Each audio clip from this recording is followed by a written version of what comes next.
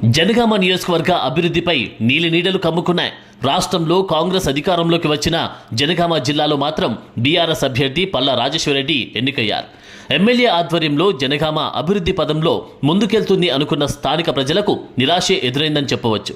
ఇప్పటి వరకు నియోజకవర్గాల వారీగా డెవలప్మెంట్ నిధులు రాలేదు. కావున స్థానిక ఎమ్మెల్యే మీద ప్రజలు ఒత్తిడి తెచ్చే పరిస్థితి లేకుండా పోయింది.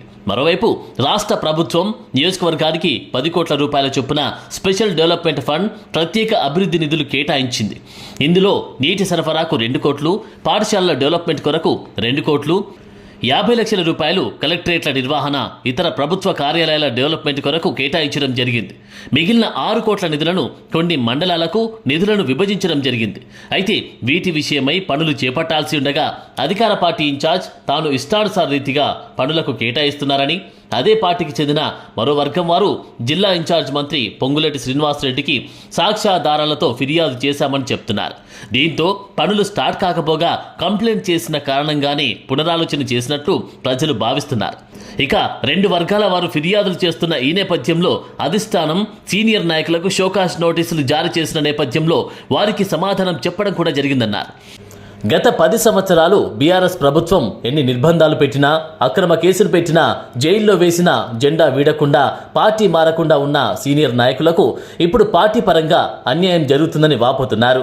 ఇక కొమురవెల్లి చైర్మన్ పదవిని కొమ్మూరి వర్గానికి ఇచ్చారని, అలాగే చేర్యాల మార్కెట్ కమిటీ, బెక్కల్ దేవస్థాన కమిటీ, కొడవటూరు దేవస్థాన కమిటీకి సంబంధించిన సభ్యులకు కాంగ్రెస్ పార్టీకి సంబంధం లేని వ్యక్తులను కమిటీలో, అలాగే చైర్మన్ పదవులను కట్టబెట్టారని, ఏ రోజు కూడా కాంగ్రెస్ పార్టీ జెండా మోసిన వ్యక్తులేనా అంటూ సీనియర్ కాంగ్రెస్ నాయకులు నిలదీస్తున్నారు.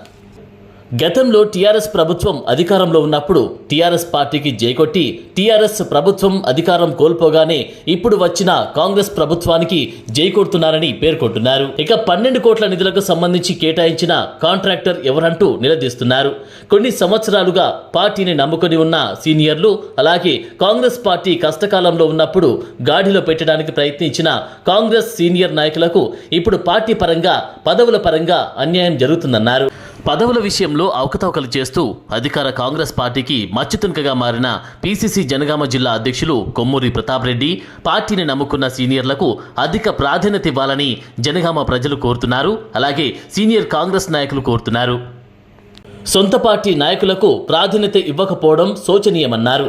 ఇలా పార్టీ పరంగా కుమ్ములాటల వలన పార్టీకే నష్టం కలిగే అవకాశం ఉందని, అలాగే స్థానిక లోకల్ బాడీకి కూడా నష్టం కలిగే ప్రమాదం ఎంతైనా ఉందని రాజకీయ విశ్లేషకులు అభిప్రాయపడుతున్నారు. ఇకనైనా అధిష్టానం జనగామ మీద ప్రత్యేక దృష్టి పెట్టి ఇరు వర్గాలకు నచ్చజెప్పి పార్టీనే నమ్ముకున్న సీనియర్ నాయకులకు సముచిత స్థానం కల్పించవలసిందిగా జనగామ ప్రజలు, అలాగే స్థానిక కాంగ్రెస్ సీనియర్ నాయకులు కోరుకుంటున్నారు.